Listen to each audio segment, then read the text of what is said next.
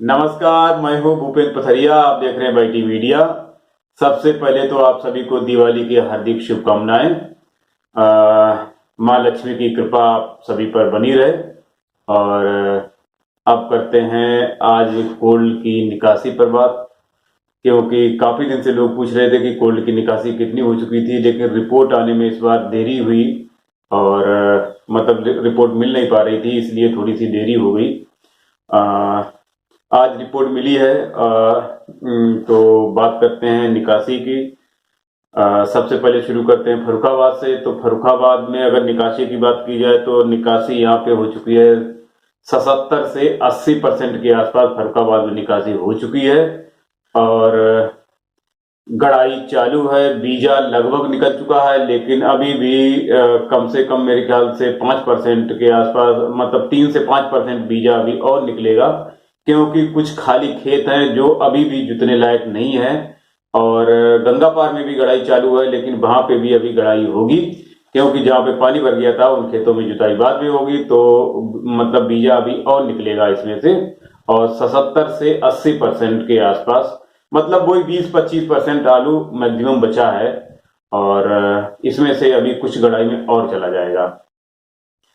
तो इसके बाद बात करें कन्नौज की, तो कन्नौज में भी गड़ाई मतलब चालू है और बहुत सारी हो भी चुकी है और अभी चल भी रही है। और निकासी जो है वहां पे बताई गई है 80 से 85% के आसपास निकासी कन्नौज से हो चुकी है। तो यहाँ पे आपका 15 से 20% आलू बचा है कोल्ड स्टोर में। इसके बाद बात करें आगरा की, तो आगरा में भी आलू की गड़ाई चालू है, जोरों से चालू है। और आगरा में गड़ाई मतलब 15 दिन में एकदम समाप्त हो जाती है, बहुत जल्दी जल्दी लोग गाड़ते हैं और उनका टाइम 20 अक्टूबर से होता है, लेकिन इस बार गड़ाई जो है वो 1 नवंबर से के आसपास से ही हुई है। कुछ एक ने मतलब थोड़ा सा पहले शुरू कर दिया होगा। अच्छी गड़ाई जो है 1 नवंबर से हुई है। और आलू मतलब 70 से 75% निकासी हो चुकी है। कुछ बीजा निकल भी चुका है, कुछ बीजा निकलेगा भी अभी।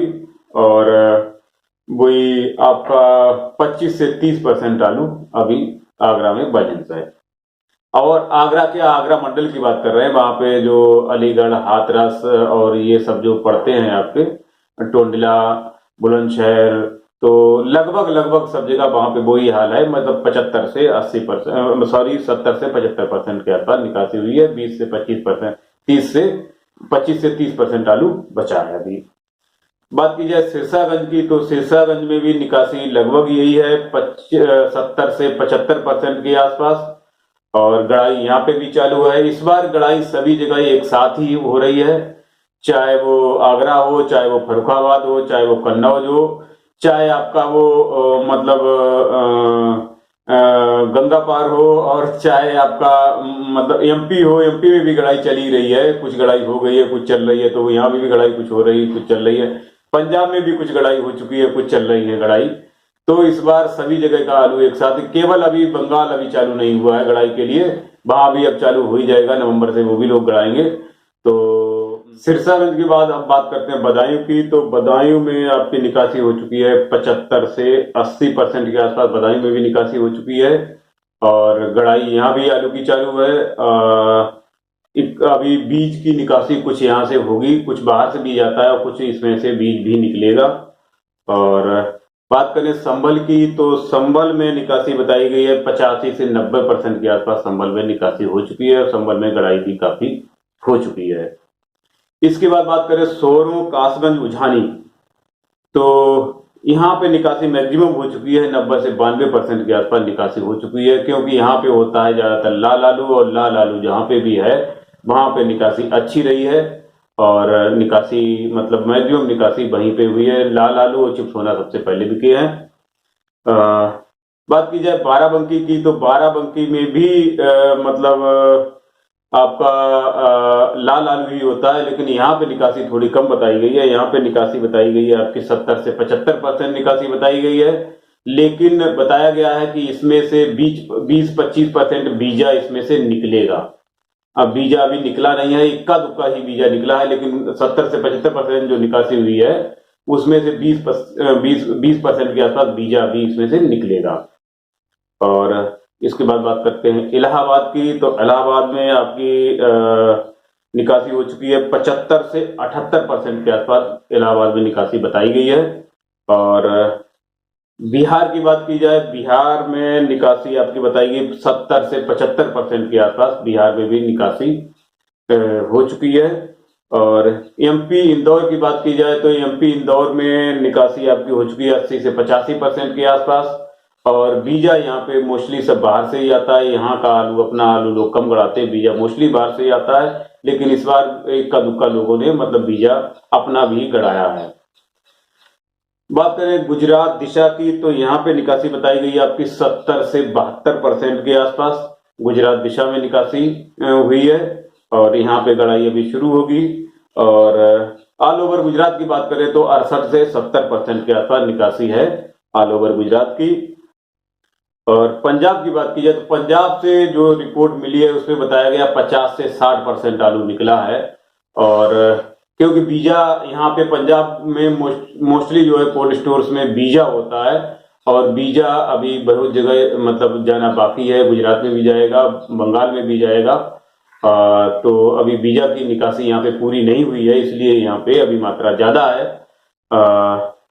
और इसके बाद बात करते हैं सीधे वेस्ट बंगाल की। तो वेस्ट बंगाल में आपकी निकासी, यहाँ के जो आंकड़े, जो यहाँ की जो अभी तक जो निकासी बताई है, ये मतलब एक अनुमान के आधार पर निकासी बताई गई। जो लोगों ने मतलब जो कोल्ड मालिकों ने या कोल्ड स्टोर के जो क्लर्क हैं, या जो वहां पे लोडिंग क्लर्क है, या दूसरा निकासी वाला क्लर्क है, तो उन लोगों से जो आंकड़े मिले हैं वो इस प्रकार हैं। और यहाँ का कोई एग्जैक्ट डाटा नहीं होता है। जो एग्जैक्ट डाटा मिले कि यहाँ पे निकासी जैसे वेस्ट बंगाल में एग्जैक्ट डाटा आता है, वैसा डाटा यहाँ पे नहीं है। आता है तो मतलब पीडीओ ऑफिस में आता है, वो बहुत बाद में आता है, एकदम तुरंत का तुरंत। जैसा ऐसा नहीं कि महीना खत्म हुआ तुरंत आ जाएगा, वो लेट सवेर आता है, जो एकदम फटाफट नहीं आता। तो वो एग्जैक्ट डाटा ये नहीं है। और वेस्ट बंगाल का डाटा जो है एग्जैक्ट है, वहां की जो एक समिति है वो पूरा मतलब कैलकुलेशन करके ही निकालती है, एग्जैक्ट डाटा है ये। तो यहाँ पे हुगली में निकासी बताई गई है आपकी 65 से 65.48% निकासी हो चुकी है वेस्ट बंगाल में हुगली से।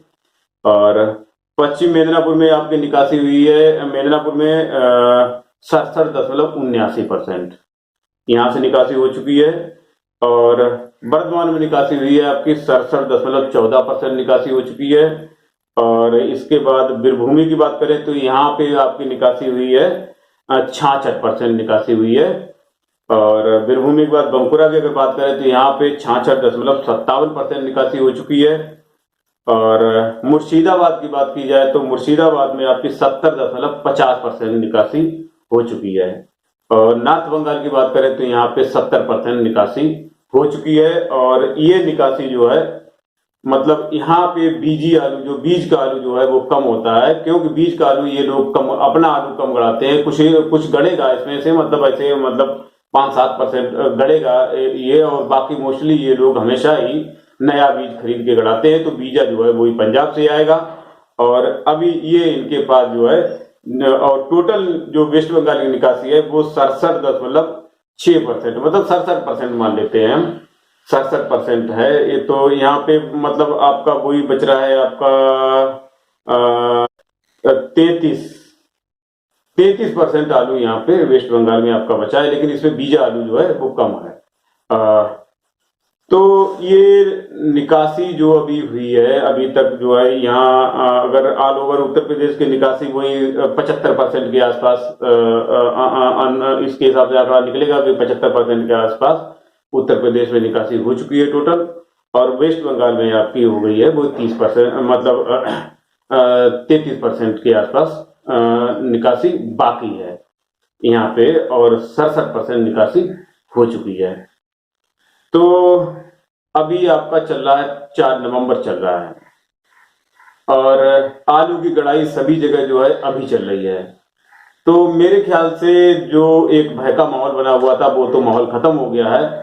लेकिन अभी भी एक दबाव क्रिएट किया जाएगा नए आलू का, कि नया आलू आ जाएगा, पंजाब का नया आलू आ जाएगा, उधर का नया आलू आ जाएगा। देखो ये ऊना हिमाचल का मैं पहले ही बता चुका हूँ आपको। ऊना हिमाचल का, और जो पंजाब में होशियारपुर का, ये आलू ज्यादा पैदावार नहीं है और आएगा, खत्म हो जाएगा। और बाकी जालंधर वगैरह का जो आलू आता है वो अभी कम से कम आने में 1 से 1.5 महीना लगेगा। और अपने यहाँ का आलू, फर्रुखाबाद का आलू आने में जो है कम से कम अभी 2 महीने लगेंगे। बीच में आएगा, हो सकता है कि दिसंबर में भी दिसंबर में क्या मतलब लास्ट नवंबर में ही दर्शन हो जाए आलू के, लेकिन वो मात्र दर्शन ही होंगे आलू के, आलू नहीं होगा वो, सिर्फ दर्शन के लिए ही होगा।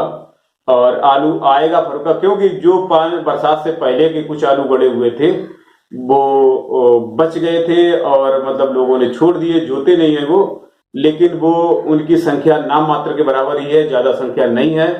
तो इसलिए मैं कह रहा हूं कि वो आलू आएंगे मार्केट में, दर्शन के लिए आएंगे। कोई उसका ऐसा ना समझे कि आज एक गाड़ी, आलू का क्या होता है कि मतलब आज एक गाड़ी आई तो कल 4 गाड़ी आएंगी और परसों 14 गाड़ी आएंगी, ऐसा नहीं होगा। इसमें ऐसा होगा, आज एक गाड़ी गई है तो परसों 2 गाड़ी गई और नरसों 3 गाड़ी जाएंगी, इस तरीके से बढ़ेगा। और फिर 5 दिन बाद मतलब 4 गाड़ी और 3 गाड़ी और 2 गाड़ी ऐसे करके रह जाएगा। तो वो आलू मतलब कुछ ना के बराबर ही होगा। तो आपके पास कम से कम अभी कोल्ड के लिए जो है 2 महीने हैं, नवंबर और दिसंबर। दिसंबर के लास्ट में ही जो अभी आलू गड़ रहा है फर्रुखाबाद में, ये दिसंबर के लास्ट में, बिल्कुल लास्ट में, मतलब 28-29 तारीख से ही यहाँ पे गड़ाई हुई है। तो 28-29 तारीख को ये, क्यों फर्रुखाबाद में लोग सीधा 60 दिन के बाद आलू खोदते हैं, और पंजाब में 60 दिन के बाद नहीं खोदते हैं। पंजाब में खोदते हैं 70 और 80-90 दिन के बाद आलू खोदते हैं, 70 के दिन से पहले नहीं खोदते हैं, क्योंकि वहां पे थोड़ा सर्दी का मौसम होता है, इसलिए आलू थोड़ा धीरे से बढ़ता है। तो वो हिसाब से आलू अभी 1-1.5 महीना नहीं आएगा। और दिसंबर लास्ट, तो ये जो 20-25% आलू बचा है आपका 2 महीने में आराम से खत्म हो जाएगा। और जिसका भी कोल्ड स्टोर में आलू पड़ा है तो वो अपने आप पे दबाव ना समझे, कोई दबाव क्रिएट करने की कोशिश करे तो दबाव ना समझे वो, और आराम से आलू उसका निकल जाएगा और अच्छे रेट में निकलेगा। हो सकता है अभी कुछ दिन के लिए रेट डाउन हो जाए, अभी जस्ट डाउन हो जाए, लेकिन रेट एक बार आलू का फिर बढ़ेगा।